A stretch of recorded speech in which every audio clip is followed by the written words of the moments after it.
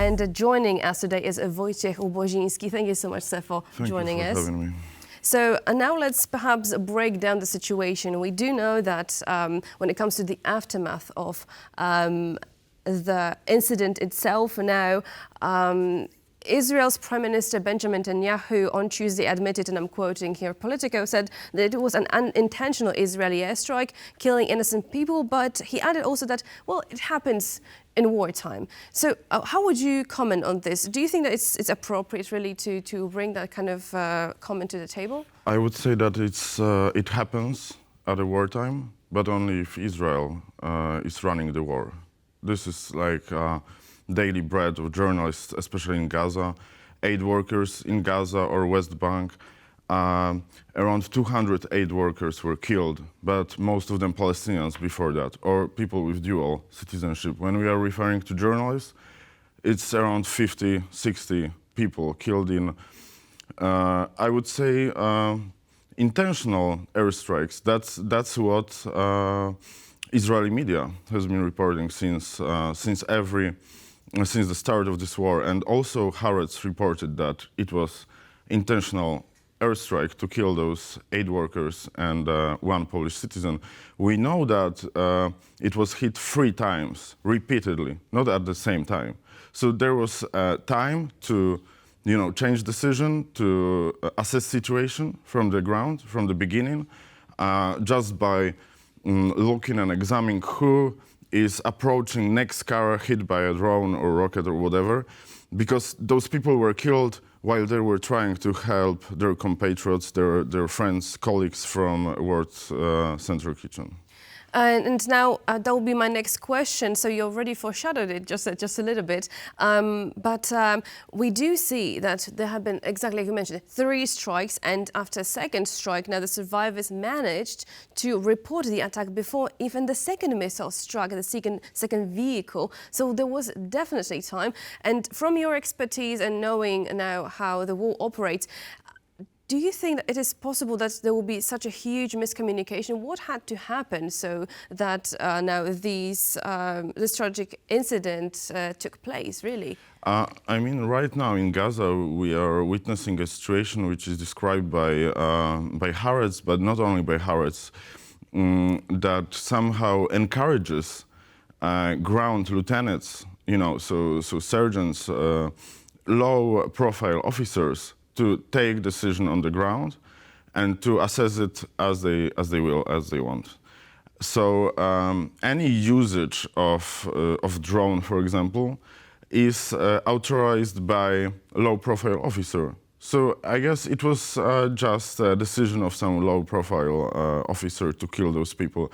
We know that IDF right now is saying that there was an armed man, but he wasn't there.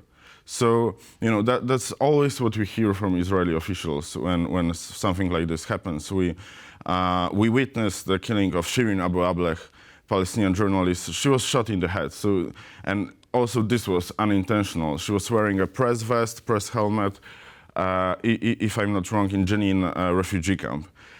So this is like old school when it comes to Israeli tactics, communication strategies. But what we are witnessing in Gaza is killing people basing on decisions of very low-profile officers. We've seen that with Israeli refugees killed by their own soldiers, waving white flags. We've seen Palestinian people waving white flags being killed. We've got video footage of that.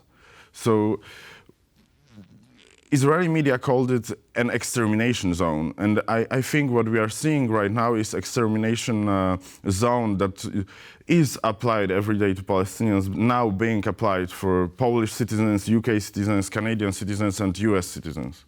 And you mentioned that now the Israeli media are saying that some armed men were involved, and perhaps now some lower-ranked officer might be involved in that situation.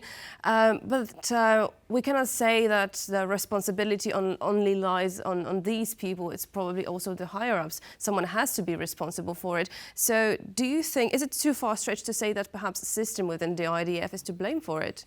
Yes, yes, certainly. I mean, to create such a situation in which low-ranking officer can use drone against humanitarian aid organization is up to their superiors. Right. So, because, for instance, now this situation has sparked some controversies. Now, for instance, Israeli ambassador to Poland mentioned that in fact, he sees some anti-Semitic comments on Israeli people. Now, from his side, Polish Prime Minister Donald Tusk, in fact, warned on Wednesday on social media that the vast majority of Poles showed full solidarity with Israel after the Hamas attack. And I quote, "Today, you're putting this solidarity into really hard task." And he also added that the tragic attack on volunteers and your reaction aroused understandable anger. So having all of that in mind, what do you think that will happen within the international community? Because we do some harsh and angered reactions from that. In Poland, I assume that the Israeli ambassador is going to be kicked out of the country because his comments are arrogant, horrific. Yesterday he also was interviewed by Robert Mazurek. He's also in our studio yesterday, so we have seen his comments as well. Yes, I mean, I haven't seen such arrogancy in my lifetime. I mean, when it's coming, especially to situations that are described by international law as war crimes, So if ambassador of Israel in Poland, when asked about one good thing about Polish people, because it was really hard yesterday during this interview by Robert Mazurek to hear anything good about Polish society from ambassador, he said, many Jewish scientists were Polish. So this is the person we are dealing with right now. Some journalists, when examining his career, also underline that he's got somehow of Putin's lenses when it comes to seeing Poland, to assessing situation in Ukraine. Also, he was born in Moscow. He's Russian when it comes to his original citizenship. So this person should not be here, should not be in Poland. And I think, when it comes to vice marshals of Polish parliament, of main marshal also Szymon Hołownia, all of them condemned what happened. And according to the words of ambassador of Israel, they are anti-Semites, So we have Krzysztof Bosak, Szymon Hołownia right now.